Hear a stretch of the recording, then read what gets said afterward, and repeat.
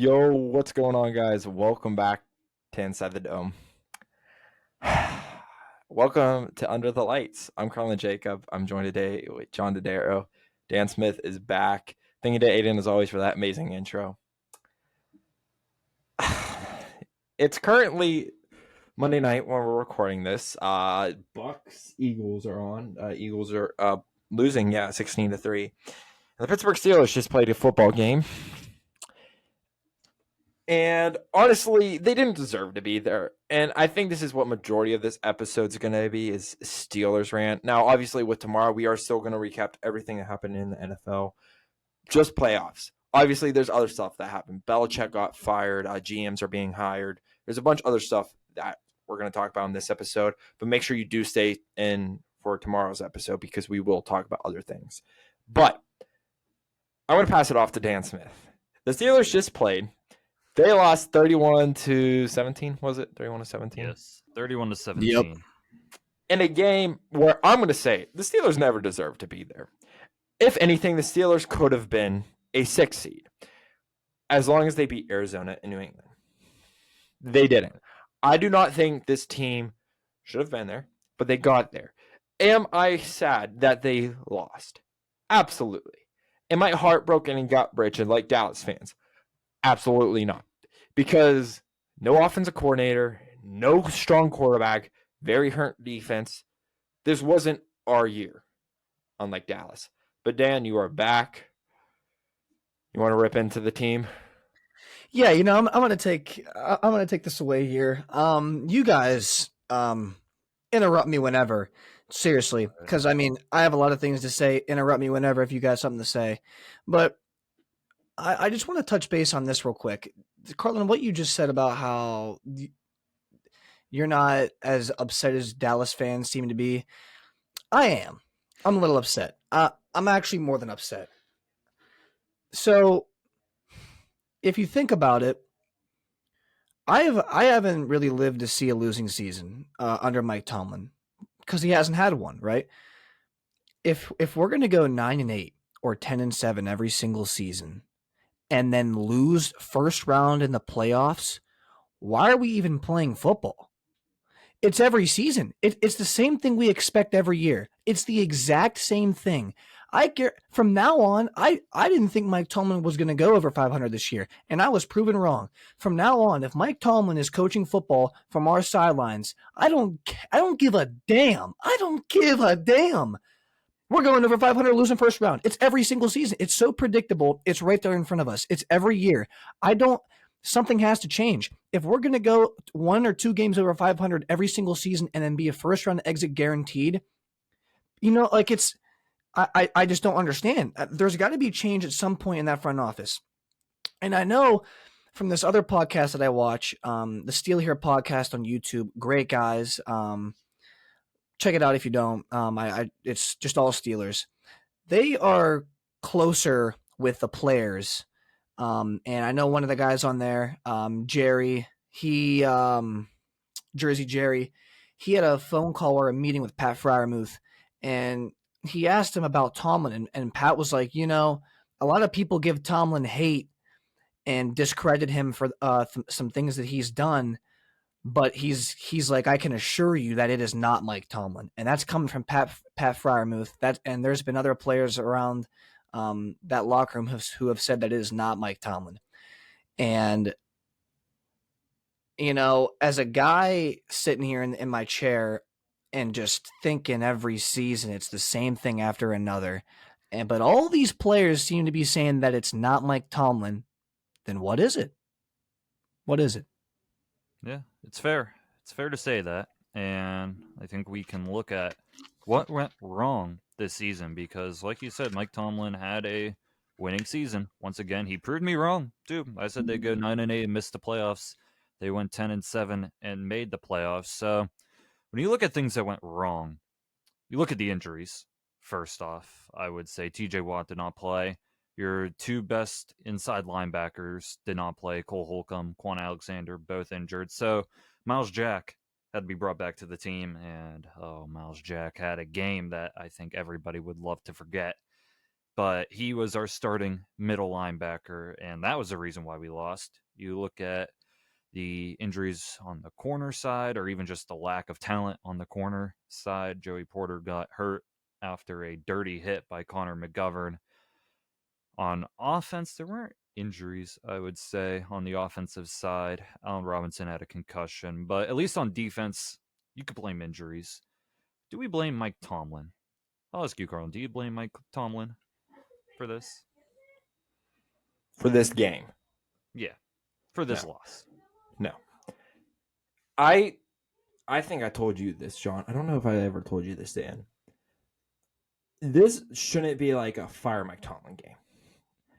The only way I would see this ever be a fire Mike Tomlin game is if we got in there and Buffalo literally just pushed us around the whole time and destroyed us completely.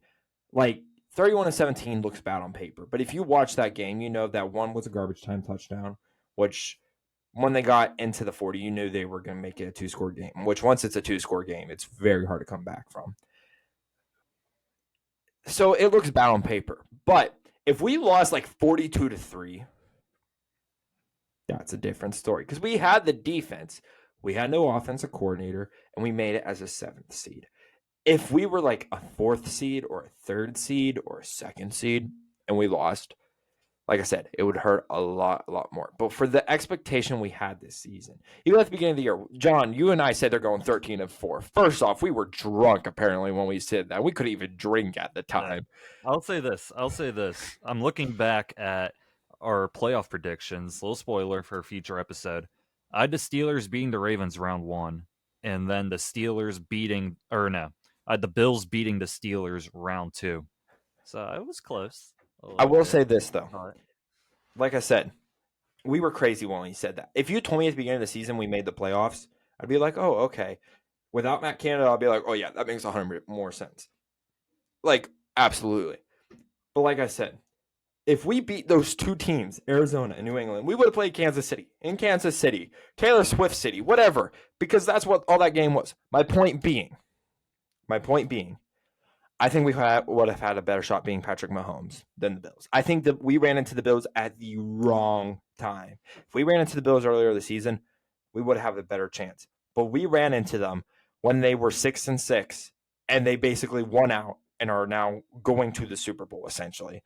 We're going to play the Ravens and in the AFC Championship. We ran into them at the wrong time. And yeah.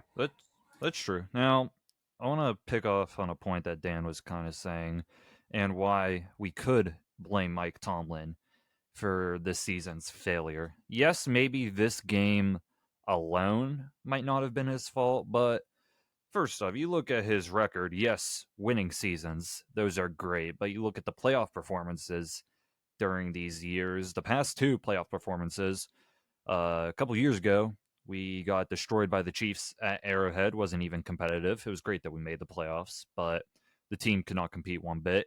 And then we got destroyed by the Browns a couple years back. Baker Mayfield was still on the team. So those were some of Tomlin's last playoff performances. And now we have this performance where really we kind of came back, but it wasn't great. But then you look at this season too with Mike Tomlin. First off, the big decision that I don't think we talk about, he kept Matt Canada as the offensive coordinator when I think arguably he should have been gone. He should have been gone during the middle of last season, in my opinion. But Tomlin kept Matt Canada. It was a huge gamble, and it has not paid off whatsoever. The offense was a mess for over half the season because Matt Canada just cannot evolve. He's probably hurt Kenny's development at this point. Steelers fans want him out. So Tomlin's decision to keep Matt Canada, and even just in the previous years, Tomlin's decision at offensive coordinator, you look at Randy Fichtner after Todd Haley was done. Mike Tomlin promoted from within the quarterback's coach, Randy Fichtner, and that was a failure for 3 years. Then he did the same thing again with Matt Canada, and once again, 3 years of a struggling offense. That's all on Mike Tomlin right there. That is all on Mike Tomlin. And he makes the change midway through the season, and the offense, I don't think, was able to recover enough. But you want to say something, Carl? Yeah, I want to say 2 things. I'm going to support your argument, and I'm going to disagree with your argument. First things first. Mike Tomlin's clock management is absolutely horrible. That was Dan has bad. If you're talking about No, the end no, of the half, no. Let me explain. Yes, and I am going to explain that. The punter's hurt, visibly hurt. Why don't you call a timeout? I get you don't want them to drive down the field. They're going to get those big explosive first downs. But also, it doesn't hurt. If they get one, then you end the game essentially. Like they're far enough back. I'm not mad at that. That's no, but there's other times where Dan, you and I have talked about this, watching games together, be like, why is he not calling a timeout? Why is he not challenging it? There are moments that we're looking at it and be like, why is he not doing this? But then again, we're not on the field. We're not knowing what Mike Tomlin knows. We're not hearing what they know. We're just fans watching. But I've been at the stadium myself and be like, why is he not calling a timeout? You need to call a timeout here. We don't get that. And that's where I'm going to also kind of disagree with you. Yes, Tomlin didn't fire Canada until midway through the season when he should have been gone 5 seasons ago. This man was horrible. Should have never been an offensive coordinator in the NFL, period. Probably in the CFL, he would have done better. But That's generous. yeah, it's generous. Probably high school football, not even that. Pee-wee football. Anyways, my point is we don't know what Tomlin knows. We don't know what Tomlin's being told. All we know is what Tomlin goes to the press conference and basically says, Canada's gone, or we're making a change for this reason. We don't know why he's doing it until he says it. So obviously he kept Canada for so long, but he didn't say why he's keeping Canada. You know, like if we were in the locker room, we would know. I think it's just the argument of not trying to change the system because Kenny's development is going to falter. But my final point with Tomlin, then I'll pass it on to Dan for his thoughts. To the last blunder of it is going to deal with Mitch Trubisky, but the last blunder of Mike Tomlin this season was keeping Mitch Trubisky at quarterback after that Patriots game, when obviously he was not performing up to expectations. And you guys were telling me this too, and I disagreed with you, but honestly, you guys were probably right. Mason Rudolph should have started that Colts game. He probably should have. After losing to the Cardinals and losing to the Patriots, Mason Rudolph should have started against the Colts. That could have been a win right there, just seeing how Mason Rudolph did the final 3 games. So that is another mistake for Mike Tomlin this season. But Dan, what are your thoughts on Mike Tomlin? What are you thinking about him? On Mike Tomlin, look, I don't think Mike Tomlin. It's so tough for me to say. I'm going to come back to him, actually. I want to branch out to other pieces of the team real quick. First off, I just want to mention this. I'm sitting here watching the Eagles-Buccaneers game as we're recording this, and it's quite noticeable the fact that the Buccaneers offense looks so much more functional than the Pittsburgh Steelers. There's no way that should be the case. I'm just going to leave it at that. Second off, there's probably a good handful amount of people out there who will probably discredit Mason Rudolph for that performance. I actually don't think Mason played that bad of a game.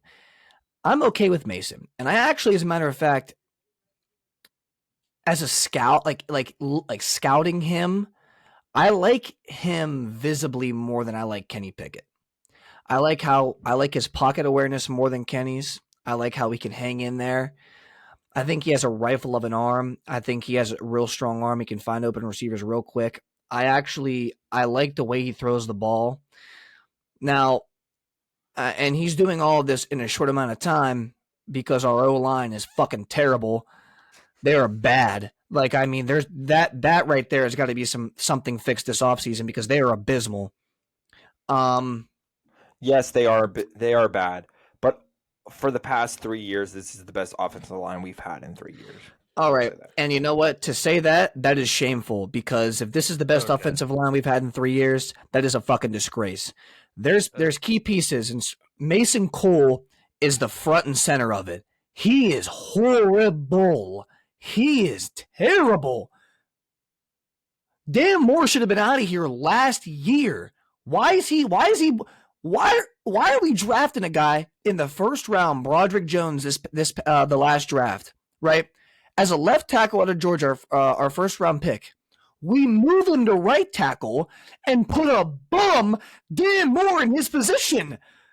You have Isaac Somalo as your left guard. So you would have Broderick, Sumalo. There's your strength right there running on the left side. There's your strength. You flip-flopped everything. Everything is in shambles now. The O-line's so bad. If this is the best we've had in 3 years, then shame on Pittsburgh. Seriously.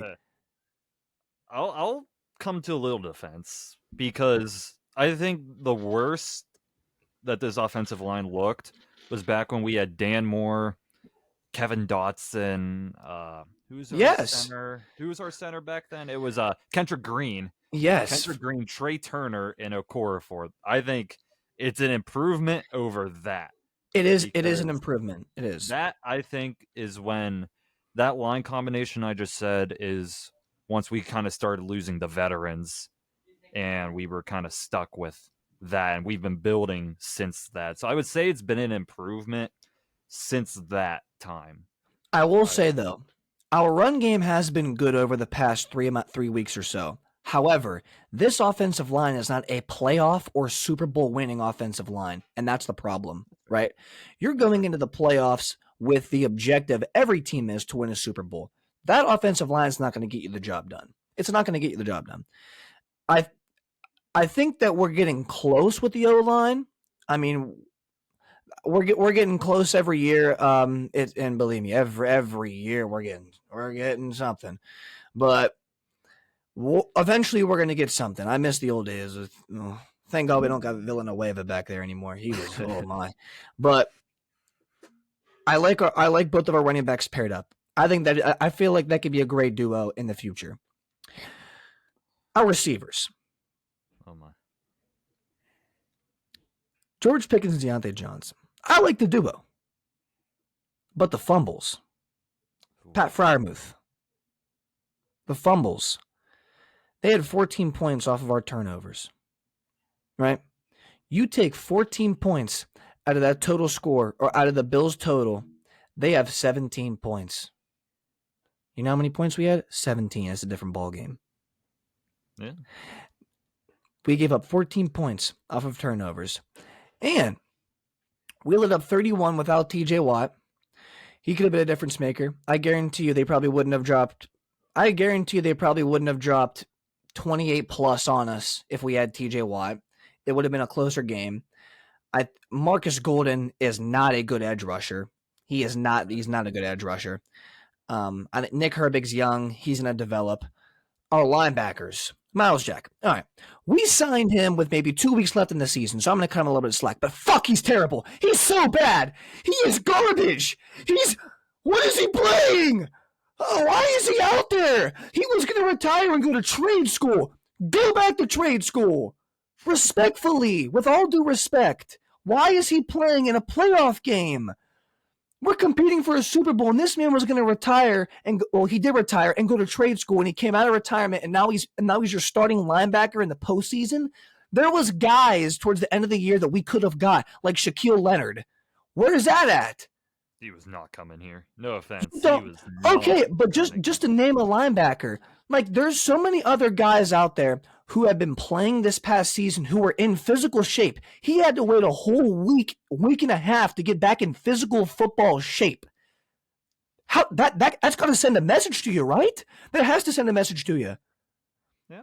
Right? Like, and this guy is our starting linebacker in the postseason. Can't cover. He can't tackle for shit. Minkah Fitzpatrick. Minkah Fitzpatrick. Did you see that tackle at the end of the game that he missed? I think Minkah Fitzpatrick thought that it was a flag football game out there.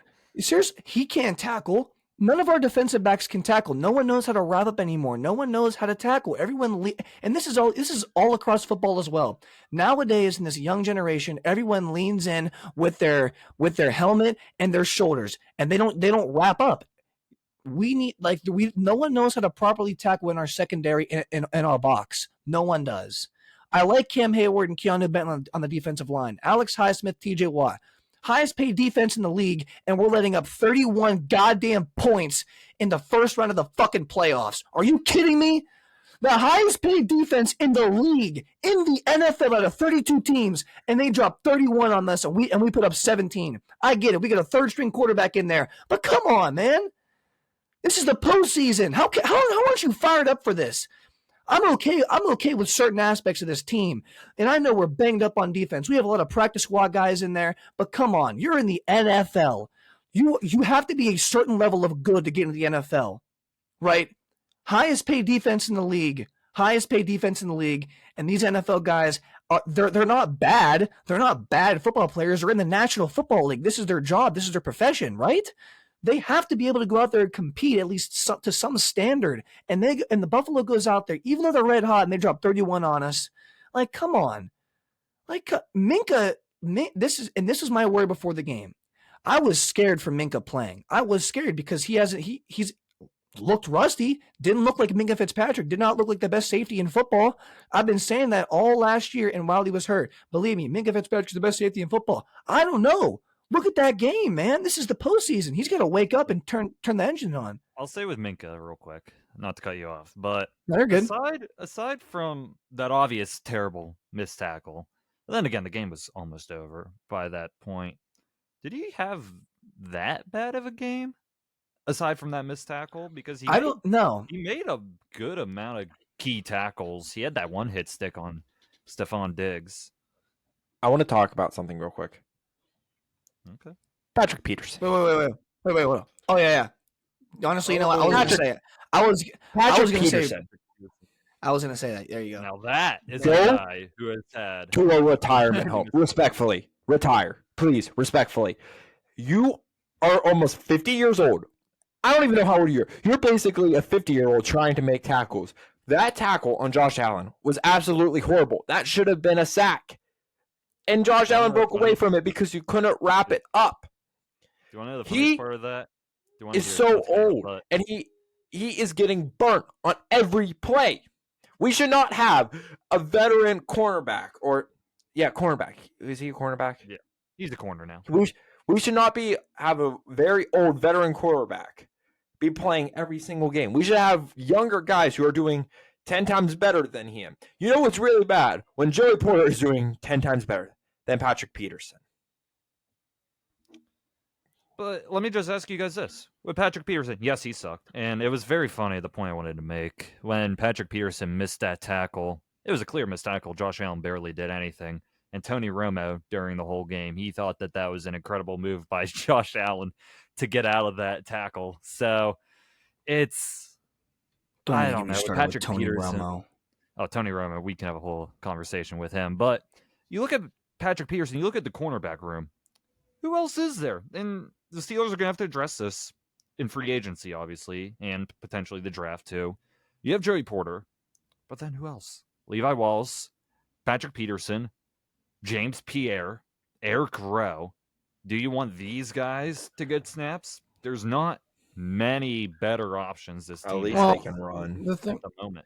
The thing is that we had the opportunity in the before the trade deadline, and we were this close to, and I mean this close, very small, to going out and getting a guy like Jalen Johnson. And you saw after the trade deadline how that guy performed. We were this close. I mean, real small. We were right there, and they couldn't get the deal done. You saw what he's done in Chicago since that trade deadline. Chicago's defense has actually been top 10 in the NFL.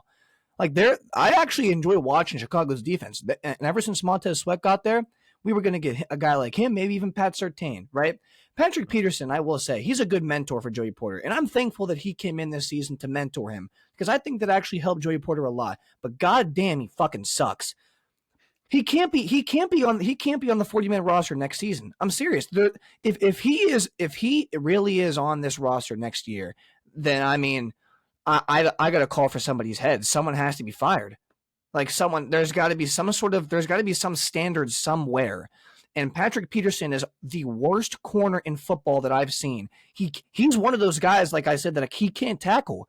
He cannot make a tackle to save his life. He looks so old.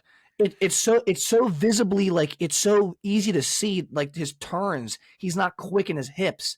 He doesn't look like Patrick Peterson. And keep in mind, Patrick Peterson actually had one of his best seasons with Minnesota last year.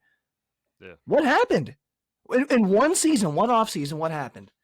Age. I think just some players who get older, eventually they fall off. Look at James Bradbury right now in the game that's going on with the Philadelphia Eagles. He was a top corner, and now he got benched by Kelly Ringo. I'll say one more thing with corners, and then I think Carlin, you wanted to say something.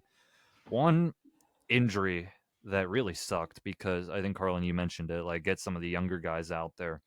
You guys remember Corey Trice in preseason?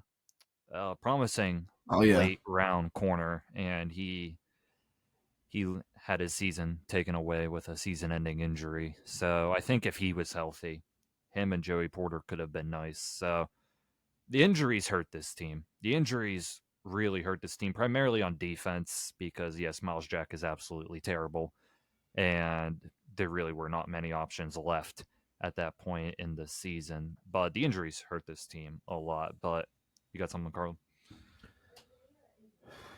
Your thoughts on our defensive coordinator? I want to hear. I don't like him. I don't like him at all. Yeah. I don't like him at all. I was going to say, because here's the thing. We've said for years and years and years, fire Tomlin, fire Canada. Got Canada out the door. I do not think we should fire Tomlin. I don't know where you guys stand on that. I think we should keep him because I texted in this chat. No one read it. But why does everyone want to play for Tomlin? Is a fantastic question. Everyone says they always want to pay for Tomlin. Carlin, I'm telling you right now, it's that record. All of these fans, all the other 31 NFL teams, I'm serious. I'm so serious. Every time I talk to somebody about football, they always say, and I'm just mad in the moment. I'm like, fire Tomlin, he stinks. They always say he hasn't had a losing season. That's their only argument. That's all they say. That's all they say. See, here's the thing. You're not wrong, and I 100% agree with you. But when they did a survey poll between all the players, they said we want to play for Tomlin. But I would agree with you, like I said. But the last time Tomlin been to a Super Bowl was 2010, 2011. I can't remember the day off the top of my head. When we lost to the Packers, and Aaron Rodgers won his one and only Super Bowl. The only time, that was the last time he went. Hasn't been since. And this is what, 13 years later, which we're old. But that's still crazy that people want to play for him. But anyways, my point being, they always say fire Tomlin, fire Canada. Why hasn't no one said anything about the defensive coordinator? Yes, he has had a very low scoring point. The top games on the top of my head where they did a lot of points. The Giants, the Bills, not the Giants, sorry. The Niners, the Bills. Am I forgetting anyone? I feel like I'm forgetting someone. Colts. I think Colts scored over 30. It was like less than 5 teams in an 18-game season. Scored over 30 points, which is incredible. But why does no one say fire the coordinator? Hey, he's better than Matt Patricia. I'll give him that. I think there are a lot of worse defensive coordinators. I've seen Joe Barry being another example with Green Bay, though we'll talk about Joe Barry in tomorrow's episode because he actually had one nice performance.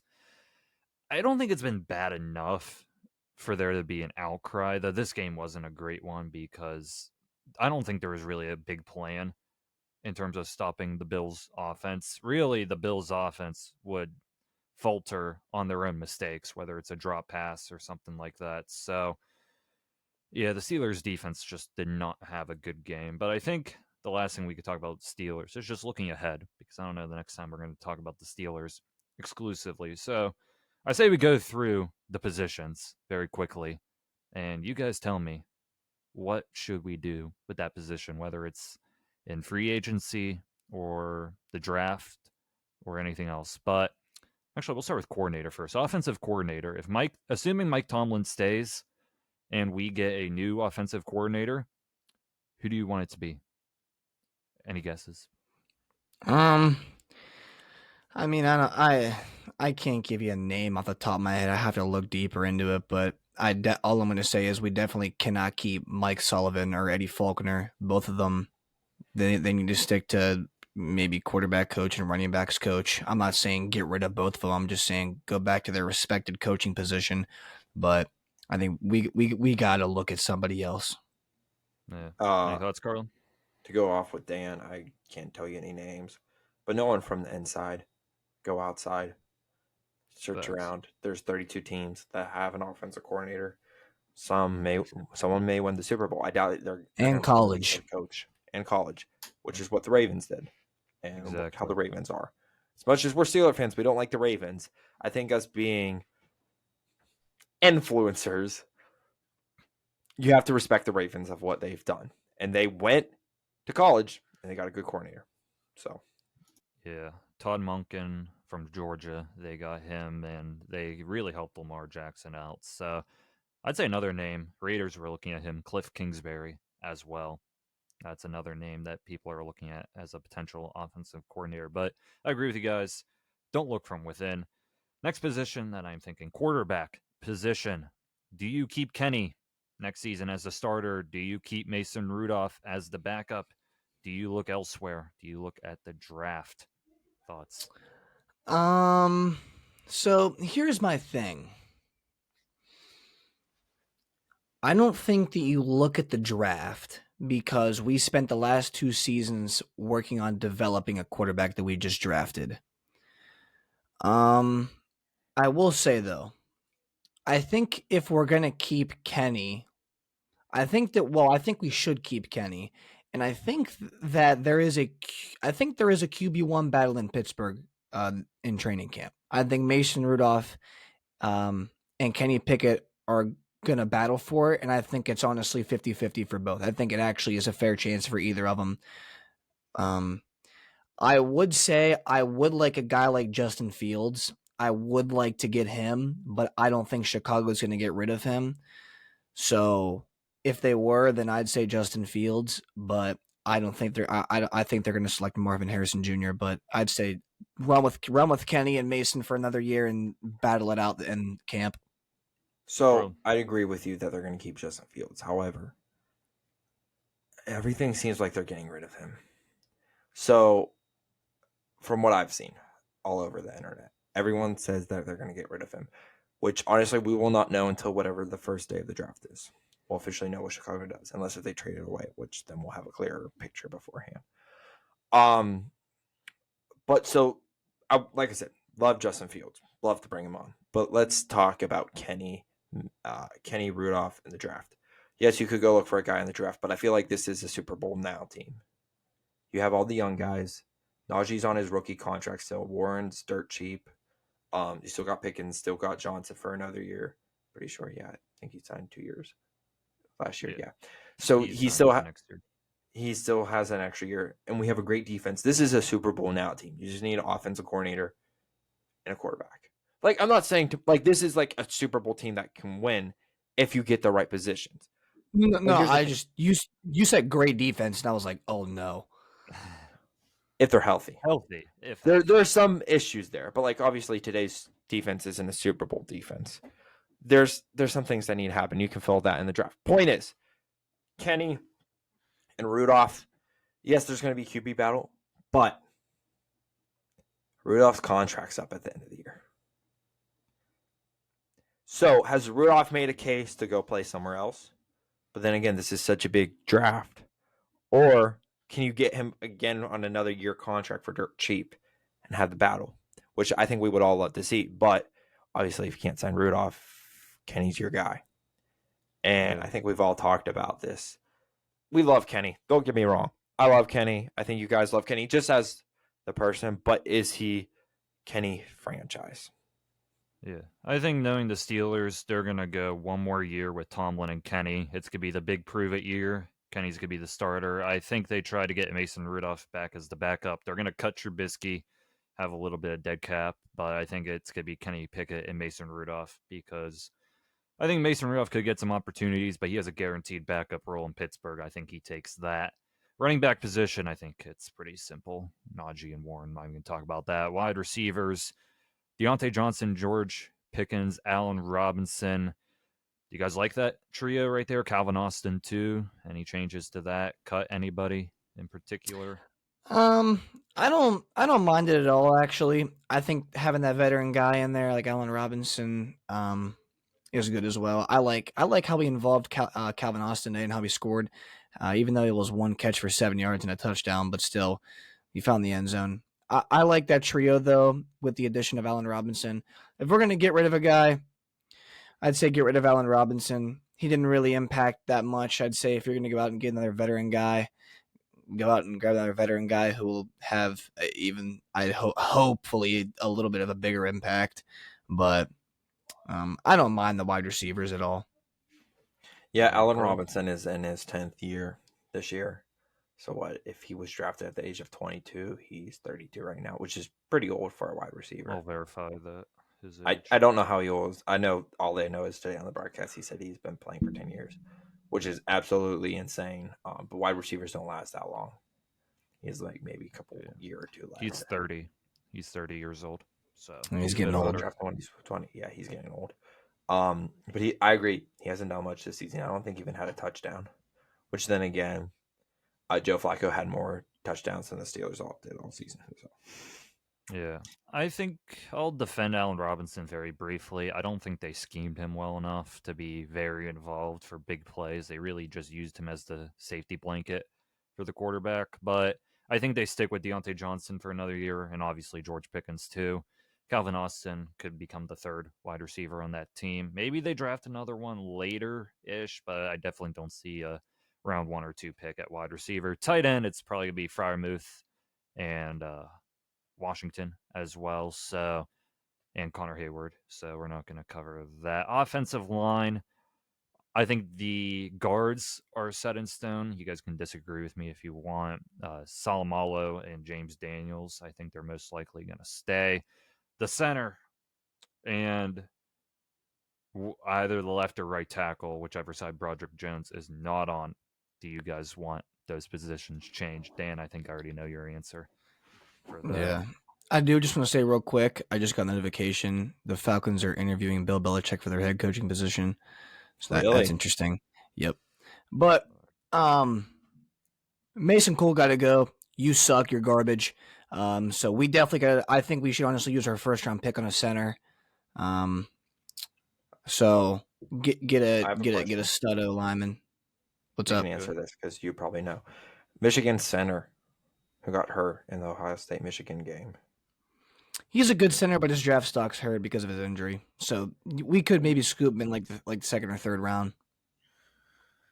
Everyone said he was a But good center. I mean, he got hurt, like you said. But he is. No, that's what I'm saying. Like we could, if we wanted to, we could wait like second or third round, get a guy like him, or we could maybe who knows. But I'd say we have to get a center with one of our first 3 round picks. For the sake of how how like the O line's been lined up, left tackle Dan Moore, he's got to go. He's one of the worst left tackles I've seen in football.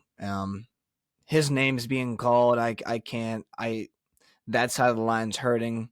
Samalo, I don't think he played that well this year. Especially I don't like watching him play. I don't think he played that outstanding as much as he was hyped coming out of Philly. I mean, the guy who's best on our O line, in my opinion, is Broderick Jones, and he still will be that guy. So that's just where I am. He did. Broderick Jones did have a bad giveaway. I think Greg Rousseau got right past him during but the Yeah. game. that was his only But giveaway of the still. season. Yeah. Yeah. That's crazy. Yeah, I do want to exactly. say one Really thing crazy. before you answer, Carlin, if you want. I'm looking back because there is one player back in the 2021 draft who I really liked, and he could have been our center of the future, Creed Humphrey, if you remember him on the Kansas City Chiefs. The Steelers decided to take Pat Freiermuth at tight end over Creed Humphrey, and we could look back now and see if maybe that could have helped this team. I or mean, not. here's the thing, though. Pat Freiermuth is really good. He is Not good. like Don't get me wrong. he's He not. is good. But I think I the tight end position, I think you can you look at Sam Laporta this yeah. year. He's a second round guy right there. The O line's more crucial than in like a offensive skill position. The Dolphins don't even use a tight end for the most. Their top tight end is Durham Smythe. Mm-hmm. It's an argument. Look at the Rams and how they have Higbee, but their backup Dennis Allen, or David Allen maybe. I don't know. Dennis or David Allen, I don't know, whatever. Yeah. Any thought on the O-line, Carlin? No? Okay. Yeah, I think they're going to get a new center. And there is Okorafor still on this team, and he's still signed, so I'm not sure if he's going to get a starting role back, or it could be Dan Moore still. What about But Nate Herbig? he's a backup. He's going to be a backup guard for us. He stinks. Oh, he's bad too. I don't know. Y'all, listen, I'm an average football player. I'm an electrician, okay? Oh my. All right. Quickly looking at the defense, our edge rushers, I like them. I like Golden and Herbig. I like Golden a little bit more than you, Dan. He did have a sack in this recent game, but I think Herbig's gonna be nice in the future. Where we got Watt and Highsmith. Interior, we did get Keanu Benton, Cam Hayward still.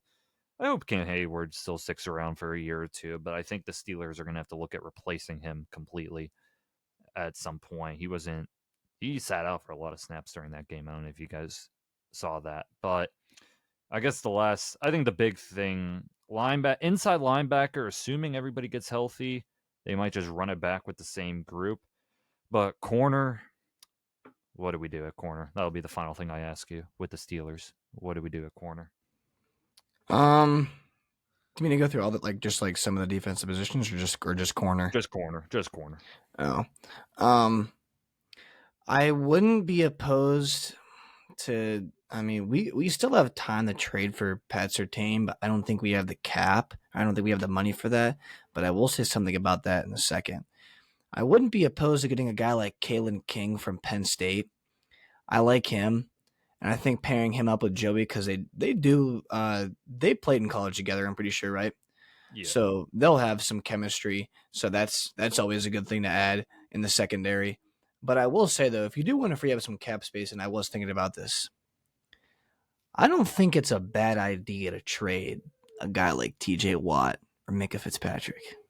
I remember you talking about that. I don't think it's that bad of an idea. And if you think about it, let's say you don't get a guy like let's say you don't get a guy like Kalen King in the draft, and you get a guy like Pat Surtain or Jalen Johnson. Well, Jalen Johnson's actually about to sign a contract, so probably not him. But Pat Surtain, right? My argument earlier in the season was to trade TJ Watt for Justin Herbert so we can get a quarterback and clear up some cap space. But I don't think it'd be a bad idea because they're both getting older. I don't know, man. They're both getting older. We have the highest paid defense in the league. We're giving up 31 points to Buffalo, and we're giving up 30 some points to San Francisco week 1 and 30 some the Colts, and all these guys are hurt. And like, come on, man. My issue with trading TJ Watt is the stat. The wins without him. Sure. He ain't gonna be here for eternity. So I know. But it's bad when they're saying you don't have TJ Watt. He's the difference maker on this team. I hate that excuse. That should not be the excuse for losing games. Well, we didn't have TJ Watt. Well, yeah, you're not gonna, like Dan said, you're not gonna have him for all of time. You're going to need the younger guys to go in. And yeah, he is a big difference player, and he's a big reason why our defense wins games. But it needs to be fixed. So we'll see. And who knows? Oh, we also got to look at a D tackle as well, because Cam Hayward, he's looking old now too. I was going to mention that. So obviously, Tony Romo, being Tony Romo, talked about the whole time that every time the Bills ran the ball, Cam Hayward was missing. The offensive coordinator up in the box said, he's out. Run the ball. And look what happened when they ran the ball. They got a first down, or they got 7 yards. They got a crap ton of yards. When he was in, it was loss or like 2 or 3, and the occasional 8 or 9 when you break through. Cam Hayward's going to be a big discussion about next year. What is he going to do? Is he going to come back? Is he going to retire? Is he going to go somewhere else? Does he want traded? I don't know what his contract is on the top of my head. But I think he's going to be a big question for next year. He really is. And I would love for the man to win more payment end of the year. I think if he wins it, he could be like, all right, I'm done. But I think it also depends what happens with next year. So, yeah. TJ Watt, by the way, is 29 years old, so he's starting to get up there. But you do see guys like Khalil Mack still playing at a very high level. Even when Watt had his 22 sacks, I think it was, that one season, Robert Quinn, who was right behind him, is at an older age, though he does not play much anymore. But people can still do it at an older age. I would say, in terms of the secondary, I agree completely with you, Dan. Kalen King is the guy who I was going to mention too from Penn State. I think pairing him with Joey Porter would be nice because you need a top two duo in a way. You need a cornerback one, which could be Joey Porter, and you need a cornerback two. We could get that in the draft. Potentially, Patrick Peterson should not be a starter. Levi Wallace should not be a starter. Maybe Corey Trice does better when he gets healthy, but we need a solid second option. Maybe we trade for Surtain. Maybe we sign Jalen Johnson. We go for the big bucks. He's not a lock for Chicago, though I'd be surprised if he went away from Chicago. But real quick, very brief final thoughts on the Steelers, and then we will do a little lightning round through a few other topics. Final thoughts, Steelers. I'm not. All right, first off, I'm not saying trade TJ Watt, but he is getting older. That's why I was saying that. But maybe looking to getting rid of a guy like maybe even Minka because because these two players we're paying them lots of money to let up a lot of points a game and to lose in the first round of the playoffs. It's just not working out. So we got to start. In my opinion, we got to rebuild a lot of stuff. I think this team is slowly moving in the right direction, and I don't say that with much confidence because I know we're going to finish over 500 next year and lose in the first round again. That's why I can't say that with much confidence because I know what's going to happen next year. I'm just hoping for the best. I think that I don't think Kenny Pickett's the guy. I don't think Mason Rudolph's the guy. I don't think Terrell Austin, our defensive coordinator, is the guy either. I think he's got to go. I think that we do need to look at getting a stud linebacker and a stud inside linebacker who can also cover because that does hurt us. I think pairing Corey Trice, Joey Porter, and even if we get Kalen King, that'd be a nice trio right there, and I do like that. Maybe I'd also say bring in like another veteran guy, get Patrick Peterson, hit the bus, go back to Arizona or Minnesota. I don't mind that. I like the KZ. Actually, you know what I was thinking of? We could go back and get a guy like Terrell Edmonds, because I think that his contract might be up. So we could go get a guy like him and pair him back up with Minka because I know Minka liked him. But I like Casey though. I do like Casey. I will say. Yeah, Terrell Edmonds, I believe, is with the Titans now. He did not last very long with the Eagles. Final thoughts, Carlin. Quick final thoughts. I don't know. I don't know what you do from here, dude. Honestly, because here's the thing, right? The first thing I say, you got to figure out the quarterback situation. You need a coordinator. You need a little help on defense. Offense is pretty good. You just need a center. Maybe a couple other guards and stuff. Other than that, you have a great team that shouldn't be losing games. But, like, stupid games, essentially. But I think there's going to be a lot of questions that need to be answered. And hopefully Tomlin comes back. And because I think if Tomlin leaves, we're going to have a massive issue. That's like, that is not planned and like we're passing it down to someone. Kind of like how the Patriots are doing. Because like they obviously had what's his name come in. But I think you need him to win one more Super Bowl at least.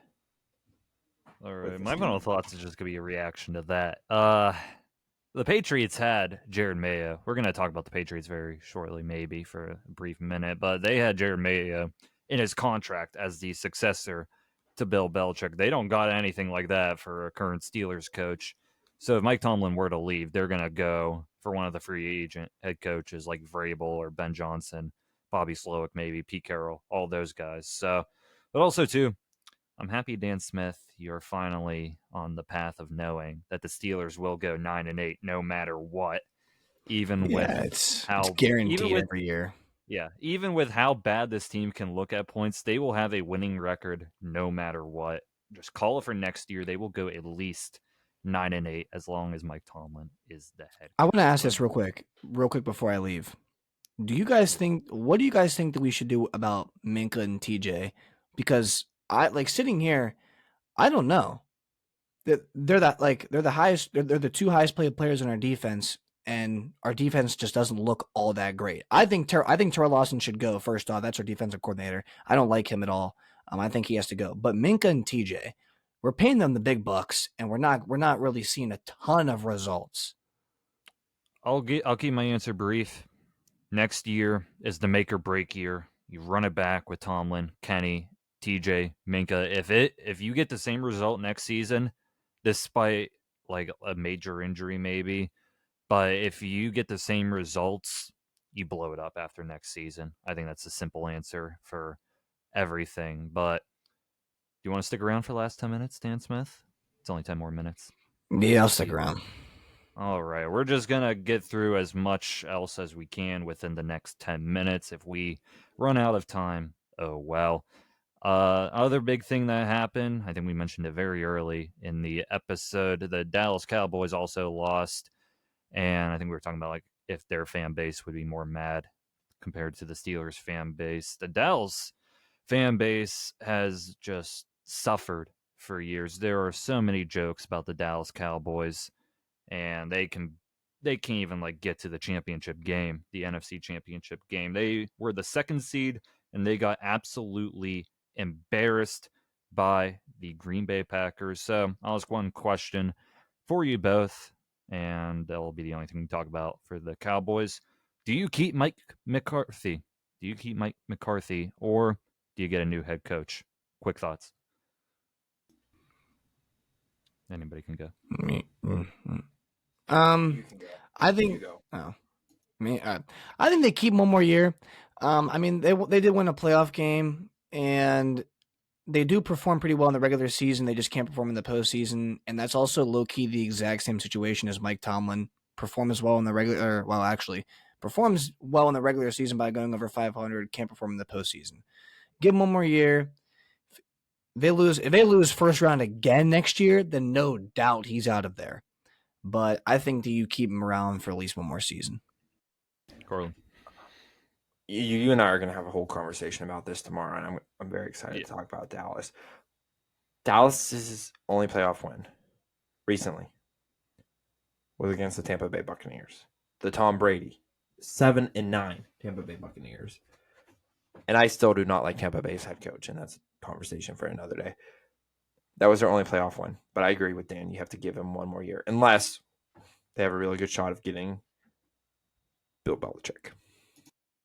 I am on the fire Mike McCarthy train because I don't think he's going to get the job done.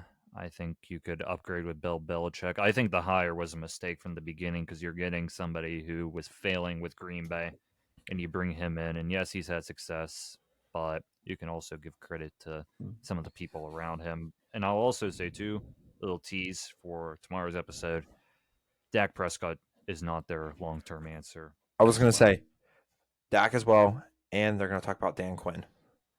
Yeah, we'll talk about them probably tomorrow. Get a head coaching job. So if that's the case, part ways.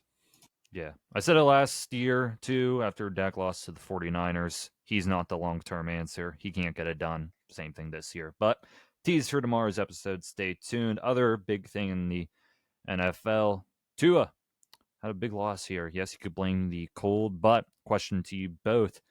Tua is going to need to be re-signed very soon. He could get $40+ million a year.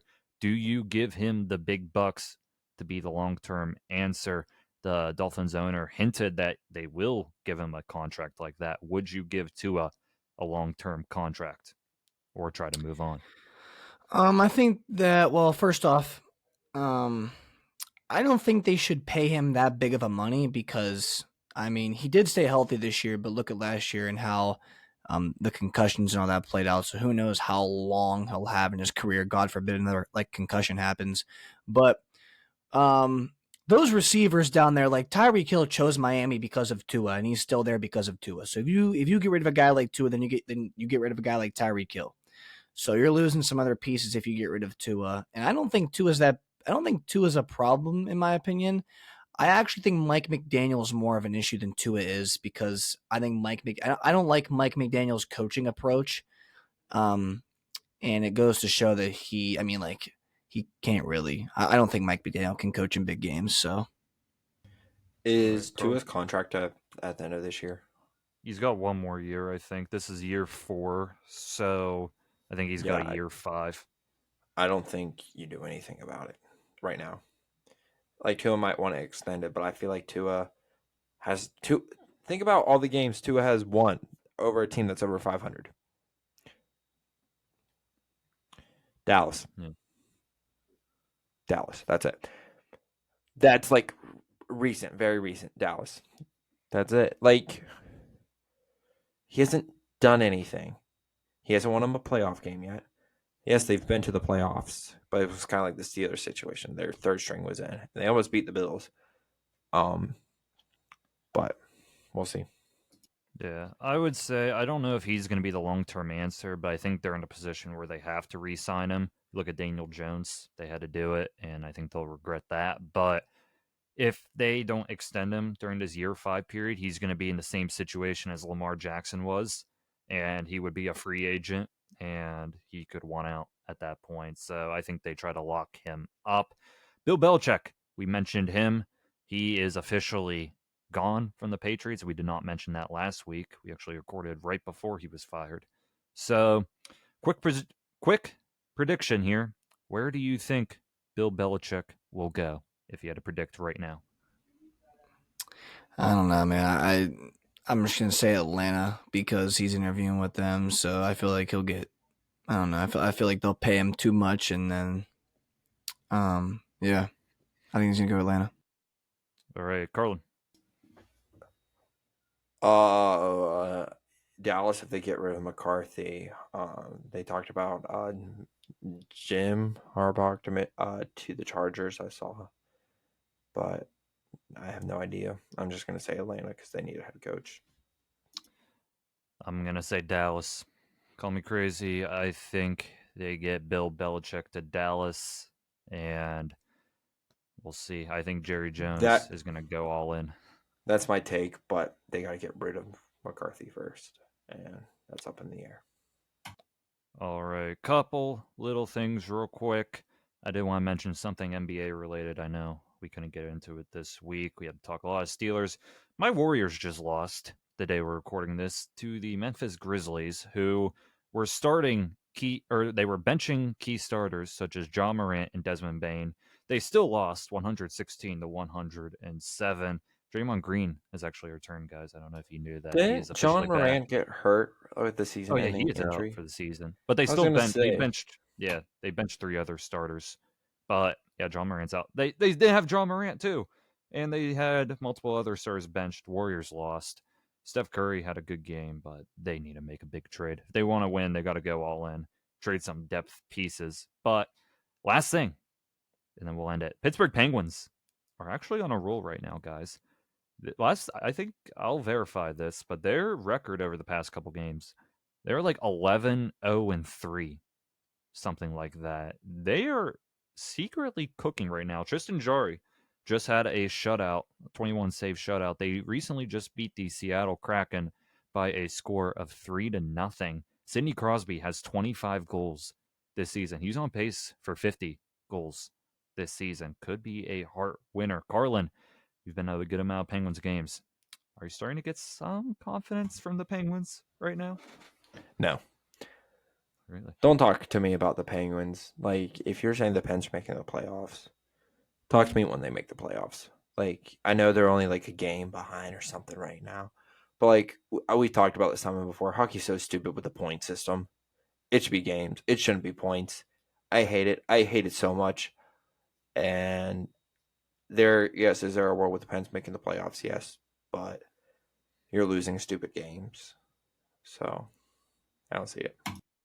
Yeah, I would say I would have to relook at that stat because they did have one loss to Buffalo, 1-3. But recently, though, they had an overtime loss to Vancouver, who we said last week was one of the top teams in the league, and an overtime loss to Carolina. So they got points there and then just beat Seattle. They play Vegas and Arizona coming up. That will be in this week's stretch.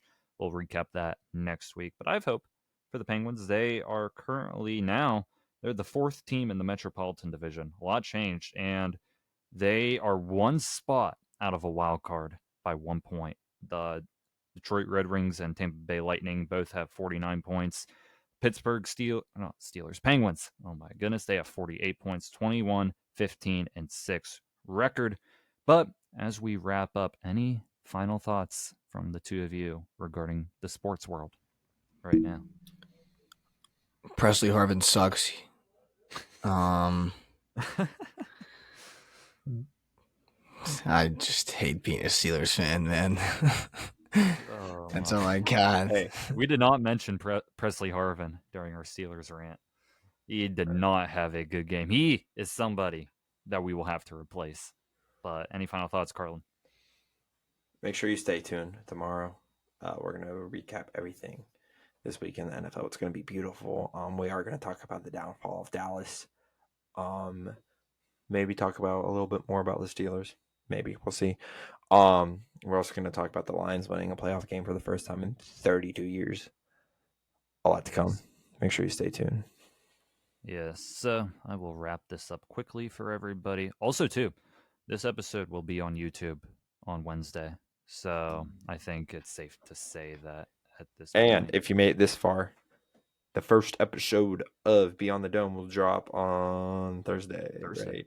Thursday. Yeah. So make sure you go check it out Thursday. Yeah. So this dropped on Tuesday. So tomorrow, what will drop is our weekly NFL episode. We'll go through round 1 of the playoffs. We'll probably talk about the Bills a little bit more and the Dallas Cowboys a lot more and the rest of the playoff matchups. And we'll make our predictions for round 2 of the NFL playoffs tomorrow on Wednesday. On Thursday, make sure to check out Beyond the Dome, our new spinoff podcast. Make sure to listen to the pilot episode that we dropped just recently. We will have our first TV show review on Beyond the Dome, so make sure to subscribe to that on whatever podcast platform you listen to. That will drop on Thursday, so make sure you are following Beyond the Dome. You can also make sure to follow us on our social medias, Instagram, Twitter, Facebook, YouTube, which this will be on tomorrow, on Wednesday, and the TikTok. You can see some of Carlin's opinions on our TikTok, on the sports side of it, and make sure to follow Beyond the Dome on whatever podcast platform you listen to. That will start up very soon. You can find all of those links and all podcast platforms in our link in bio. If you're listening to us on Apple Podcasts or Overcast, go to the podcast website and click the link in bio there. But other than that, the Pittsburgh Steelers, your run is over. I don't know when we're going to talk about you guys next, but it's been a fun ride. It really has. A ride of pain, suffering, some joy here and there, but it's been a ride. It's been a ride. Steelers country. Let's ride. With Carlin Jacob and Dan Smith, I am John Dodaro. Have a great day, everyone, and see you next time on Inside the Dome.